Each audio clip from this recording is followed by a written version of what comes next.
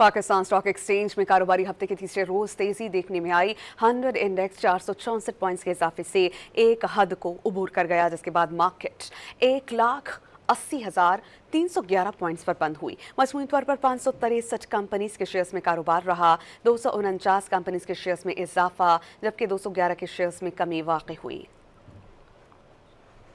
Pakistan stock exchange में कारोबारी हफ्ते के तीसरे रोज तेजी देखने में आई। 100 इंडेक्स 464 पॉइंट्स के इजाफे से एक हद को उबूर कर गया, जिसके बाद मार्केट 1,80,311 पॉइंट्स पर बंद हुई। मजमूई तौर पर 563 कंपनीज के शेयर्स में कारोबार रहा। 249 कंपनीज के शेयर्स में इजाफा, जबकि 211 के शेयर्स में कमी वाक़ई हुई।